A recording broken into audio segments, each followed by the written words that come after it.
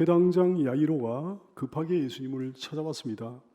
당시 유대 회당에는요, 몇 사람의 관리들이 있었거든요. 회당을 운영하는 사람들, 회당의 건물을 관리하는 사람들 이래가지고 몇 사람의 관리들이 있었는데, 이 사람 야이로는 아마도 가버나움에 위치한 어떤 회당의 회당장이었던 것 같아요. 회당장 야이로는 예수님께 오자마자 덥석 절부터 함으로 깊은 존경의 표시를 표했습니다. 우리가 다 읽지는 않았습니다만 41절 말씀에 보면 이에 회당자인 야이로라는 사람이 와서 예수의 발 아래에 엎드렸다 그랬어요. 우리도 예수님을 향해 그렇게 절을 하게 되기를 원합니다. 우리의 주님을 향해 가장 깊은 존경의 표시를 하며 사는 성도가 되시기를 축복합니다. 여러분, 기도할 때 어떤 태도로 기도합니까? 야이로는 그 발 아래에 엎드려서 기도했어요. 주 앞에 나갈 때 다리가 멀쩡하면, 무릎이 멀쩡하기만 하면, 할 수만 있다면 무릎을 꿇는 교우가 돼야 되는 거죠. 편한 자세로 기도하는 것과 무릎을 꿇고 기도하는 것은 천양지차입니다. 과정이 다르고 결과가 다릅니다. 마음가짐 자체가 다르잖아요. 사랑하는 여러분, 우리의 마음이 몸의 태도를 만들어내기도 하는데 몸의 자세가 마음을 만들어내기도 하는 겁니다. 무릎을 꿇고 하나님께 기도했더니 우리의 마음이 더 깊은 기도의 경지로 나아가게 되는 거죠. 하나님을 더 간절히 애절하게 의뢰하게 되는 거죠. 나는 평생 개인적으로 기도하면서 무릎을 안 꿇고 기도한 적이 없었던 것 같아요. 여러분, 물론 책상다리를 하고 기도해도 주님이 이해해 주실 때가 있을 겁니다. 경우에 따라서는 누워서 기도해도 이해해 주실 때가 있을 겁니다. 하지만 팔다리가 멀쩡한 사람은 무릎을 꿇고 기도해야 되는 줄로 깨달아 알게 되시기를 축복합니다. 물론 이제 쿠션 같은 거 이용해가지고 무릎을 꿇으면 그러면 되겠죠. 야이로는 이렇게 예수님을 만나 절을 하자마자 자기가 긴 말을 늘어놓을 처지가 아니었거든요. 그래서 당장 용건부터 꺼내면서 기도를 합니다. 너무나도 간절한 문제, 너무나도 긴급한 문제가 있었습니다. 어떤 문제입니까?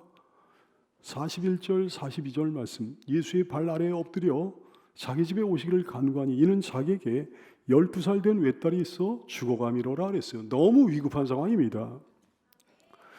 똑같은 사건을 기록한 마태복음 5장 18절, 마태복음 9장 18절 말씀에 보면 예수께서 이 말씀을 하실 때 한 관리가 와서, 한 회당장이 와서 절하며 이르되 내 딸이 방금 죽었사오나 오셔서 그 몸에 손을 얹어주셔서 그러면 살아나겠나이다 이렇게 기도했다 그랬어요. 주님이요, 제 딸이 방금 죽었습니다 그랬어요. 근데 엄밀히 말해가지고 자기 딸이 죽은 걸 보고 여기에 달려온 건 아니고요, 거의 죽어갈 때쯤 돼가지고 숨이 넘어갈 때쯤 돼가지고 달려온 겁니다. 근데 너무나 위독했기에, 너무나 상태가 안 좋았기에 야이로는 자기가 예수님 앞에 도착했을 이맘때쯤이면 자기 딸이 숨이 넘어왔을 거다 이렇게 짐작을 하고 이런 말씀을 드린 거예요. 이 사람이 야이로는 아주 특이한 사람입니다. 아니, 그런 상황에서 딸 곁을 떠나가지고 주님께로 달려오다니 말이죠. 거의 죽어가는 딸, 거의 다 죽어가는 딸을 두고선 주님께 달려오다니 가만히 생각해보면 보통 사람이 아니라는 걸 알게 됩니다. 그 딸이 어떤 딸입니까? 누가복음 8장 42절, 이는 자기에게 12살 된 외딸이 있어 죽어가미로라 했어요. 12살 된 무남동녀입니다. 야이로는 나이가 좀 든 사람 같아요. 근데 나이가 좀 들었는데 12살 난 외동딸, 이게 얼마나 소중합니까? 이게 목숨보다 소중하잖아요. 그 외동딸이 거의 죽어가는 상황입니다. 거의 숨이 넘어가는 순간입니다. 인생 최악의 위기 상황이에요.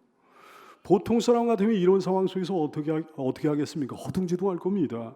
아무 생각도 안 날 겁니다. 머릿속이 하얘질 겁니다. 우느라고 정신 못 차릴 것 같아요. 그저 끌어안고 흐느껴 울다가 시간 보낼 것 같습니다. 마지막 순간에 자기 딸과 함께 하기 위해 가지고 한순간도 그 딸 곁을 떠날 수가 없을 거예요. 근데 이 특이한 사람 야이로를 보시라고요. 그 자리에서 일어나 예수님께로 뛰어온 거예요. 딸 곁을 떠나가지고 예수님께로 달려온 겁니다. 무엇이 그로 하여금 그런 선택을 하도록 했을까요? 이 사람은 왜 그런 특이한 행동을 한 것이겠습니까? 사랑하는 여러분 그렇습니다. 인생 최악의 순간에도 당황하지 말고 야이로처럼 주님을 바라보십시오. 인생의 위기 상황 가운데 여러분도 야이로처럼 당황하지 말고 야이로처럼 주님을 바라보게 되길 바라고 주님 앞에 달려 엎드려 기도하게 되기를 축원합니다. 여러분은 어떻게 하고 있습니까? 여러분 절망 중인 상황 가운데 어떻게 하고 있습니까? 회당장 야이로는 가장 심각한 상황에서, 정말 말로 표현할 수 없는 가장 절망적인 상황에서 주님 앞에 달려나왔던 거죠. 여러분도 그렇게 하시길 축원합니다. 여러분 기도할 때 어떻게 기도합니까? 점잖게 교양 있게 우아하게 한두 마디 정도 기도하다가 말고 그럽니까? 그러면 응답 못 받습니다. 오늘 보니까 회당장 야이로는요, 예수님의 발 아래 엎드려 간절히 구했습니다. 똑같은 사건을 기록한 마가복음 5장 23절 말씀에 보면 간곡히 구하여 이르되, 그랬어요. 간곡히 구하여 이르되 내 어린 딸이 죽게 되었사오니 오셔서 그 위에 손을 얹으사 그로가 구원을 받아 살게 하소서 그랬어요. 간곡히, 따라서 할까요? 간곡히. 많이, 거듭거듭 그런 뜻입니다. 여러 차례, 간절히, 애절히 그런 뜻이에요. 그래요. 기도할 때 그 마음으로는 애절하게, 간절하게, 절박하게, 그 횟수로는 되풀이하여 제3제사 여러 차례, 그게 바로 간절히 기도하는 겁니다. 그게 바로 간곡히 기도하는 겁니다. 기도할 때 야이로처럼 이렇게 기도하는 여러분 되시기를 축원합니다. 누구나 다 할 수 있는 일을 하지 말고 신실한 신자만이 할 수 있는 일을 하는 여러분 되시기를 바랍니다. 죽어가는 딸 곁에 있어주는 거 그건 누구나 다 하는 거예요. 죽어가는 딸을 붙들고 울어주는 거 그건 누구나 다 할 수 있는 겁니다. 불신자는 안 합니까? 누구나 다 할 수 있는 거죠. 그러나 그 곁을 떠나 하나님 앞에 나와 기도하는 거예요. 이거는 위대한 신자만이 할 수 있는 일이죠.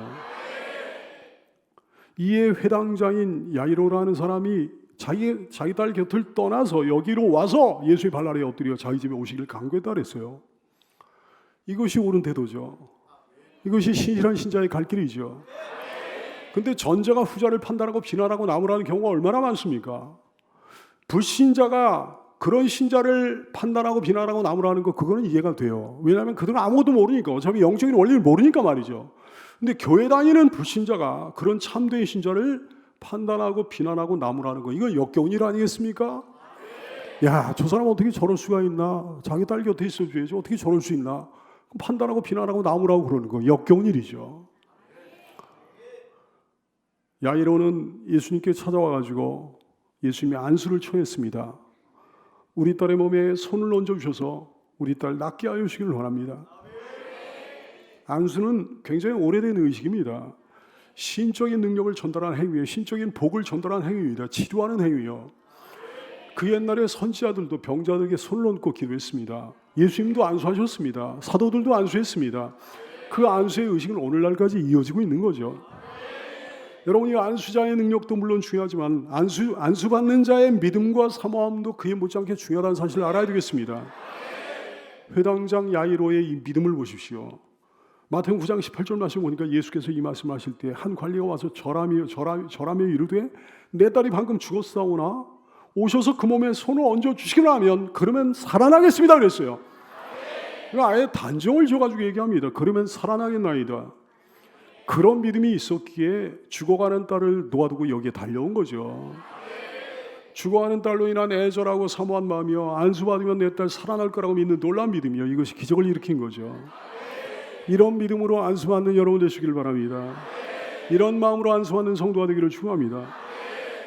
하여튼간에 굉장한 믿음이요, 죽은 자를 살리는 능력이 예수님께 있다는 것을 믿는 믿음이요, 당시로서는 굉장한 믿음입니다. 오늘날에 우리는 성경을 통해 아는 거죠. 성경을 통해 예수님의 그 능력을 아는 거죠. 근데 당시에 야이로에게는 신약 성경이라는 게 없었습니다. 도대체 그런 지식을 어디서 얻었을까요? 그렇게 믿을 만한 근거가 어디 있었을까요?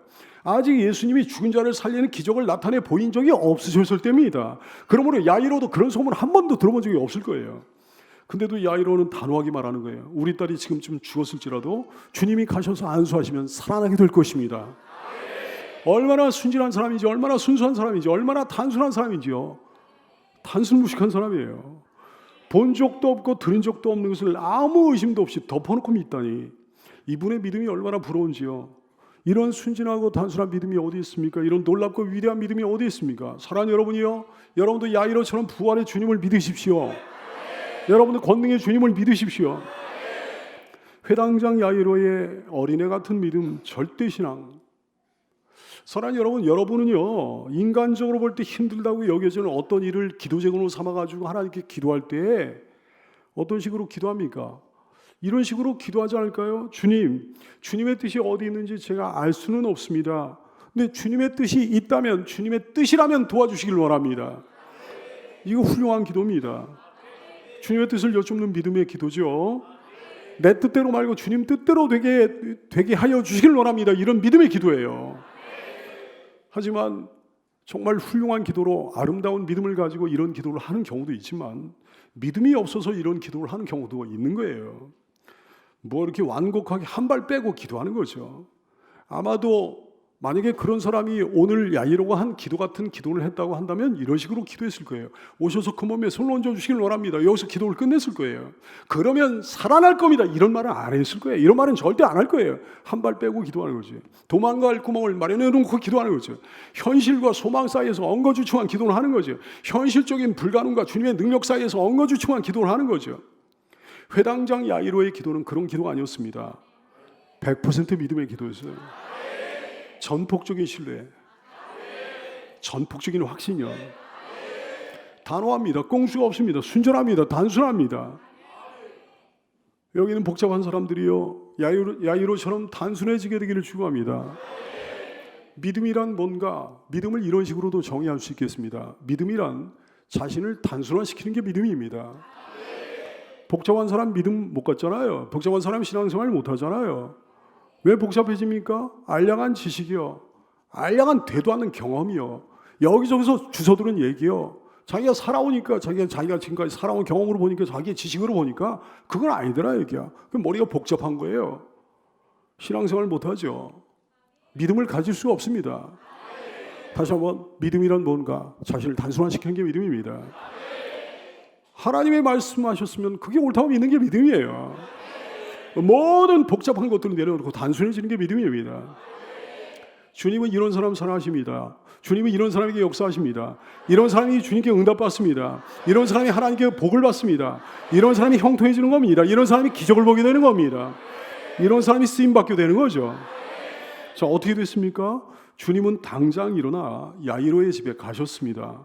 누가복음 8장 42절, 이는 자기에게 12살 된 외딸이 있어 죽어함이로라. 그 다음 말씀 뭐라고 이렇게 기록을 해놨는 거 아니? 예수께서 가셨다 그랬어요. 바로 응답하시는 거죠. 바로 출발하시는 거죠. 자리를 박차고 일어나 야이로의 집으로 걸음을 옮기신 겁니다. 야이로의 기도를 들어주기 위해, 야이로의 믿음에 따라 그 딸을 살려주시기 위해 걸음을 옮기신 거죠. 사랑하는 여러분, 여러분의 믿음, 야이로의 믿음 같이만 되기만 하면 주님이 체면 때문에 안 들어주실 수 없다는 사실을 믿게 되기를 축원합니다. 다시 한번 강조할게요. 순수한 사람이 기적을 일으키는 거예요. 순수한 사람이 응답받는 겁니다. 그 삶의 역사가 일어나는 거예요. 그 삶의 능력이 있는 거예요. 복잡한 사람은 절대 기적을 못 일으킵니다. 복잡한 사람은 하나님께 쓰임받지도 못하잖아요. 기도 응답도 못 받습니다. 아무 역사도 안 일어나게 되는 거죠. 야이로처럼 순진하게, 단순하게, 순수하게 어린애처럼 믿는 여러분 되시기를 축원합니다. 근데요, 믿음이라는 게, 믿음을 이렇게 가지고 막 스무스하게 한 번에 그냥 쫙 앞으로 이렇게 나가가지고 아무 난관도 없고 그런 게 아니에요. 믿음의 난관이 있습니다. 보세요. 야이로에게 믿음의 난관이 생겼습니다. 상황이 더 안 좋아지는 거예요. 기도하고 있는데, 아직 역사가 일어나기 전인데 더 절망적인 상황이 돼버리고 말았습니다. 누가복음 8장 49절 말씀, 아직 말씀하실 때 회당장의 집에 사람이 와서 말하되 새로운 소식이 들려오는데 당신의 딸이 죽었나이다 그러는 거예요. 설마 했는데 청천벽력 같은 소식이 들려오는 거예요. 딸이 이미 죽었다는 게 다 끝났다는 거예요. 기도하고 있는데 상황이 더 악화되는 경우가 얼마든지 있지 않습니까? 주님을 의지하고 있는데 상황이 더 악화되는 경우가 얼마든지 있지 않습니까? 사람 정말 환장하는 거죠. 낙심이 되고 힘이 쭉 빠지는 거죠. 의욕을 잃어버리고요. 더 이상 기도하고 싶어지지 않습니다. 그만 주저앉아버리고 싶어요. 다 때려치워버리고 싶어요. 하지만 절대 포기하면 안 되는 거예요. 상황이 아무리 악화돼서도 간절한 기도를 시작한 이상 주님은 이미 일을 시작하셨기 때문입니다. 오늘 사건에서도 보십시오. 이미 주님은 움직이기 시작하셨어요. 이미 그 길을 발걸음 옮기기 시작하셨어요. 따라서 예수님께서는 곁에서 이렇게 말씀하십니다. 누가복음 8장 50절 말씀, 예수께서 들으시고 이르시되 두려워하지 말고 믿기만 하라. 그리하면 딸이 구원을 얻으리라. 기도하는 중에 상황이 더 악화됐을 때 낙심하지 말고 이 말씀을 떠올리는 여러분 되시길 바랍니다. 두려워하지 말고 믿기만 하라. 다른 한번 해볼까요? 두려워하지 말고 믿기만 하라. 근데 믿음의 난관은 그것만 있는 게 아닙니다. 또 있습니다. 사람들이 방해하는 거예요. 여러분, 우선 야이로 같은 믿음이 모든 사람들에게 이해되는 것이 아니라는 사실을 알아야 되겠습니다. 주님은 그런 믿음을 기뻐하시고 그런 믿음을 기쁘시게 받아주시지만 다른 사람들은 그런 믿음을 잘 이해하지 못하는 사람들이 너무나 많다 얘기해요. 오늘 49절 말씀에 보니까 아직 말씀하실 때 회당장의 집에 사람이 와서 말하되 당신의 딸이 죽었나이다. 그러면서 뭐라고 하는 거 아니? 선생님 더 괴롭게 하지 마세요 그러는 거예요. 이제 그만하세요 그러는 거예요. 이제 그만하세요. 이미 다 끝났습니다 그러는 거예요. 사람들이 야이로의 믿음에 제동을 거는 거예요. 방해를 하는 겁니다. 여러분, 이런 일이 혹시 없었습니까? 이런 방해가 혹시 없었습니까? 순진하고 순수하게 주님을 믿어보고 의지해보려고 그러는데 주변 사람들이 여러분의 그런 믿음을 이해하지 못해서 제동을 거는 거예요. 방해를 하는 거예요. 사랑하는 성도들이여, 모든 사람들에게 이해받으려고 하지 말게 되기를 바랍니다. 그럴 필요 없고요. 모든 사람에게 이해받는다는 건 불가능합니다. 왜냐하면 절대적인 신앙은 모든 사람들에게 주어진 게 절대 아니거든요. 절대적인 신앙은 절대로 모든 사람들이 이해할 수 없는 거예요. 주님이 그런 은혜를, 특별한 은혜를 주셔야만 그런 신앙을 가질 수 있고 그런 신앙을 이해할 수 있는 겁니다. 그러므로 여러분의 순수한 믿음, 절대적인 신앙을 모든 사람들이 기뻐해 주지 않는다 그래도 그저 주님이 기뻐해 주시면 되는 줄로 깨닫게 되시길 축원합니다. 여러분의 순수한 믿음, 여러분의 절대적인 신앙을 사람들이 이해해 주지 못해도 돼요. 사람들이 받아주지 않아도 돼요. 그저 주님이 이해해 주시고 주님이 받아주시면 되는 겁니다. 여러분의 순수한 믿음, 절대적인 신앙을 절대 포기하지 말게 되기를. 사람들이 이해 못한다고 해도, 사람들이 손가락질하고 조롱하고 수근수근거린다고 해도 절대로 포기하지 말게 되기를 축원합니다. 사랑하는 여러분, 보세요. 예수님께는 모든 사람이 다 동일하지 않습니다. 모든 일꾼도 다 동일한 거 절대 아니고요. 주님의 측근이 따로 있습니다. 특별한 동역자가 있다는 말씀입니다. 누가복음 8장 51절 말씀에 보면 그 집에 이르러 야이로의 집에 당도하신 거예요. 근데 베드로와 요한과 야고보 아이의 부모 외에는 함께 들어가기를 아무도 허락하지 않았다 그랬어요. 부모 외에 예수님과 함께 들어가도록 허락된 사람들이 있었습니다. 누구였습니까? 베드로와 요한과 야고보였습니다. 특별한 세 사람의 제자였다고요. 특별한 세 사람의 동역자였다고요. 이 세 사람의 동역자가 변화산에도 예수님과 동행하는 거예요. 변화산에도 이 세 사람만 동반하고 가셨습니다. 베드로의 장모가 10병이 걸렸을 때 그 병을 치료하시기 위해 예수님이 그 집에 들어가셨을 때 그때도 베드로와 야고보와 요한 세 사람만 동반하고 돌아가셨습니다. 언제나 어느 시대나 그런 사람들이 있는 거예요. 오늘날도 역시나 마찬가지고 말이죠. 이 종이 예수님께 있어서 그런 사람이 되기를, 그런 일꾼이 되기를 소원하는 거죠. 그리고 여러분이 예수님께 있어서 그런 일꾼들이 되기를 축복합니다. 우리 교회가 예수님께 있어서 아주 특별한 교회가 되기를 소원하는 겁니다. 이제 아이는 죽었고요. 사람들은 슬퍼합니다. 예수님이 도착하셨을 때 죽음의 예식이 이미 진행되고 있었습니다. 52절 말씀, 모든 사람이 아이를 위하여 울며 통곡했다 그랬어요. 근데 진정으로 슬퍼하는 사람들도 물론 있었겠지만 보다 많은 사람들은 그저 형식적으로 울고 있는 거예요. 그들은 주님 말씀을 비웃습니다. 53절, 그들이 그 죽은 것을 아는 거로 비웃더라 그랬어요. 그래요. 사람이 죽기를 기다리는 사람들도 있는 거예요. 죽음의 예식을 즐기는 사람들도 있는 겁니다. 마태복음 9장 23절 말씀에 보면 예수께서 그 관리의 집에 가서, 예수께서 그 회당장의 집에 가서 피리 부는 자들과 떠드는 무리를 보셨다 그랬어요. 피리 부는 자들, 떠드는 자들, 상갓집에 고용된 사람들입니다. 유대인 풍속에요, 이런 게 있습니다. 유대인의 생활 규범서의 규정에 보면 이런 게 있습니다. 어떤 별 볼 일 없는 어떤 미천한 사람이라고 할지라도 그 사람이 죽으면 그 죽은 사람을 위해 가지고 피리 부는 사람 두 사람을 고용해야 되는 거예요. 애곡하는 사람 한 사람이 준비도 해야 되는 겁니다. 그래서 그 장례식 때 피리 부는 사람 피리 불고 애곡하는 사람은 알고 대고 이렇게 곡을 해야 되는 거예요. 그렇게 규정이 되어 있습니다. 더욱 이 사람의 신분이 회당장 아닙니까? 그러니까 피리 부는 사람도 더 많았겠죠. 애곡하는 사람도 더 많았겠죠. 당연히 이 사람들은 진정으로 슬퍼하는 사람들이 아니었어요. 돈 받고 피리 부는 사람들이었어요. 돈 받고 울어주는 사람에 불과했습니다. 한마디로 상가집 분위기 잡는 사람들이었다고요. 어디 그들뿐이겠습니까? 구경하기 위해 모인 사람들도 있었을 거고요. 뭐 얻어먹기 위해 가지고 모인 사람 해가지고 여러 부류가 모여서 시끌벅적했을 겁니다. 이 사람들을 향해서 주님은 야단을 치십니다. 마태복음 9장 24절 이르시되 물러가라, 이 소녀가 죽은 것이 아니라 잔다 그랬어요. 여러분, 이것이 오늘날도 우리 삶에 꼬여든 어떤 자들에게 주께서 하신 말씀이라는 사실을 깨달아 알게 되기를 축원합니다. 여러분의 삶 가운데 어려운 일이 발생했을 때 그걸 즐기는 무리가, 여러분의 삶에 어려운 일이 발생했을 때 그걸 즐기는 무리가 여러분 주변에 꼬일 수도 있다 얘기예요. 악한 영들이요, 그리고 어떤 악한 사람들이요. 교회가 잘 안 되길 바라는 무리도 있는 거, 교회 밖에 많이 있습니다. 또 교회 밖으로 튕겨져 나간 사람들은 교회가 안 되길 바래요. 성도의 삶에 어려움이 생기면, 교회에 어려움이 생기면 그들은 짐짓 슬픔을 가져하면서 피리를 불고 막 떠들어대는 거지. 하지만 주님은 그들을 향해 단호히 말씀하신 거예요. 물러가라. 그렇습니다. 여러분, 주님을 의뢰하는 삶은 어려운 일이 닥쳤다고 해서 끝난 게 아니에요. 물러가라, 이 소녀가 죽은 것이 아니라 잔다. 주님을 의뢰하는 삶은 어려운 일이 닥쳤다고 해서 끝난 게 아니에요. 어려운 일이 닥쳤다고 해서 죽은 게 아니에요. 어려운 일이 닥쳤다고 해서 종말을 고한 게 아니라는 사실을 깨달아는 여러분들 되시기를 축원합니다. 근데요, 성도의 어려움과 교회의 어려움을 신나는 무리가 주변에 꼬여들어가지고 분위기를 잡는 거예요. 피리를 불고 떠들면서 난리를 쳐대는 거예요. 마치 성도의 삶이 끝나기라도 한 것처럼 왁자지껄 호들갑을 떨고 그러는 거죠. 그런 와중에 예수님이 찾아오십니다. 오셔서 제 일성이 이겁니다. 물러가라. 그렇습니다. 악한 영들의 잔치는, 악한 사람들의 잔치는 언제까지나 계속될 수가 없습니다. 예수님이 오셔서 그들에게 단호한 명령을 내리시기 때문입니다. 물러가라.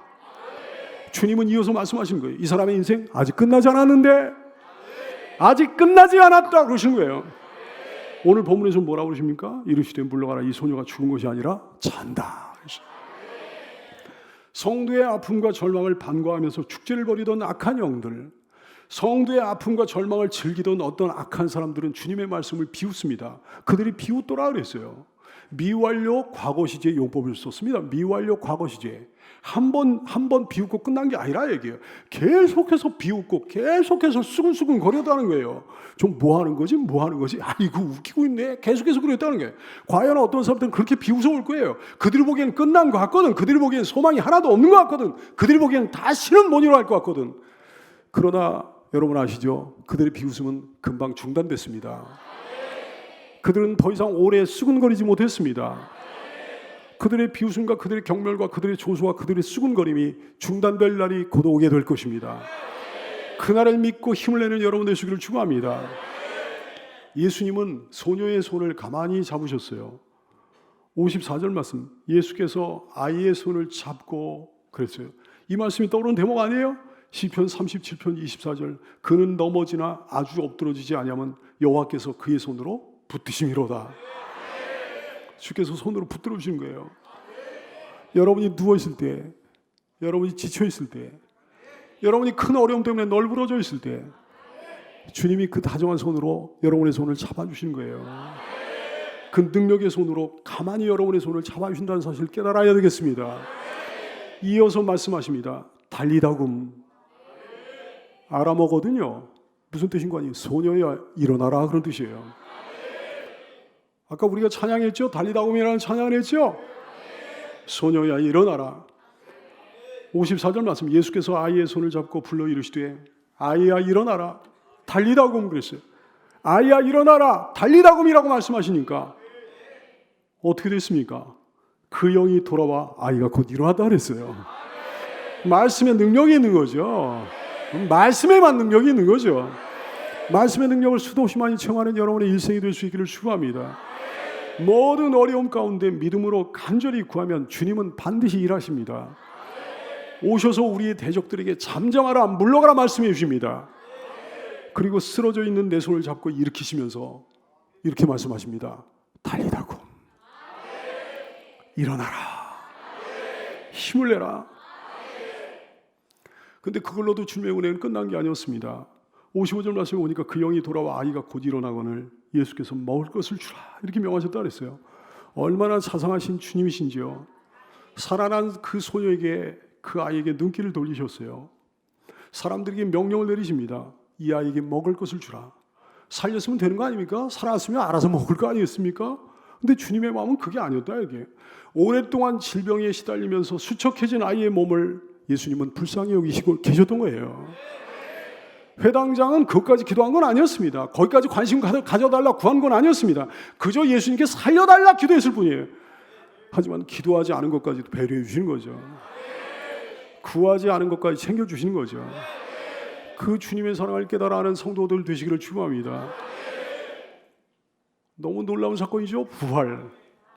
따라서 할까요? 부활. 우리의 위대한 소망입니다. 야이로의 딸을 살려내신 우리 예수님, 영원한 부활의 예표가 되는 사건이에요. 마지막 때 부활의 예표가 되는 사건이에요. 야이로의 딸을 부활시키신 주님, 부활의 주님, 스스로 살아나신 주님, 우리를 살리시는 주님. 여러분, 우리의 믿음은 부활에 있습니다. 우리의 소망 또한 부활에 있습니다. 이 땅에서 잘 되고 이 땅에서 잘 먹고 잘 살고 문제가 풀리고 형통해지고, 그것이 우리의 믿음과 소망의 핵심이 아니에요. 물론 주님은 그렇게 하실 수 있는 하나님이신데, 우리 핵심적인 믿음은 부활입니다. 우리 핵심적인 소망은 부활입니다. 사람들은 정말 상상도 못했던 일 아니에요? 그냥 죽으면 죽은 걸로 끝난 줄 아는 거지. 죽은 줄 아는 거지. 죽은 줄 아는 거. 죽으면 죽은 걸로 끝난 줄 아는 거지. 근데 뭐라 하시는 거예요? 죽은 게 아니라고 그러셨어요. 오늘 말씀에 오니까 죽은 것이 아니라 그랬어요. 따라서 할까요? 죽은 것이 아니라. 죽은 것이 아니면 뭡니까? 죽은 것이 아니라 잔다고 그랬어요. 마태복음 9장 24절, 이르시되 물러가라, 이 소녀가 죽은 것이 아니라 잔다. 따라서 할까요? 죽은 것이 아니라 잔다. 사랑하는 여러분이요, 믿음 안에서 죽은 사람은 죽은 것이 아니라 자는 것이라는 사실을 알아야 되겠습니다. 이거 알고 있나요? 이거 믿고 있나요? 이거를 못 믿으면 교회 다니는 불신자가 되는 거예요. 교회는 다니지만 불신자예요. 이걸 믿어야 믿음의 사람이 되는 거예요. 이걸 믿어야 예수님의 사람이 되는 거예요. 죽은 것이 아닙니다. 자는 겁니다. 그날이 되면 주께서 일으켜 세워주실 겁니다. 시편 116편 15절 말씀 그러므로 말씀하는 거지. 그 경건한 자들의 죽음은 여호와께서 보시기에 귀중한 것이로다. 고린도전서 15장 20절, 그러나 이제 그리스도께서 죽은 자 가운데 다시 살아나사, 죽은 사람을 갖다 뭐라 표현하셨는가 하니 잠자는 자들이라 표현하셨어요. 잠자는 자들의 부활의 첫 열매가 되셨도다. 할렐루야. 고린도서 15장 16절 이하의 말씀, 만일 죽은 자가 다시 살아나는 일이 없으면 그리스도도 다시 살아나신 일이 없었을 터이요, 그리스도께서 다시 살아나신 일이 없으면 너희의 믿음도 헛되고, 우리의 믿음이 헛되다는 거예요. 부활이 없으면 너희가 여전히 죄 가운데 있을 것이요, 또한 그리스도 안에서 잠자는 자도 망하였으리니. 다시 한번 말씀하시기를, 그리스도 안에서 죽은 자를 그리스도 안에서 잠자는 자라고 말씀하시는 거예요. 만일 그리스도 안에서 우리가 바라는 것이, 우리가 소망하는 것이 다만 이 세상의 산뿐이라면 세상의 모든 사람 가운데 우리 기독교 신자가 더 불쌍한 자다, 이렇게 말씀하시는 거예요.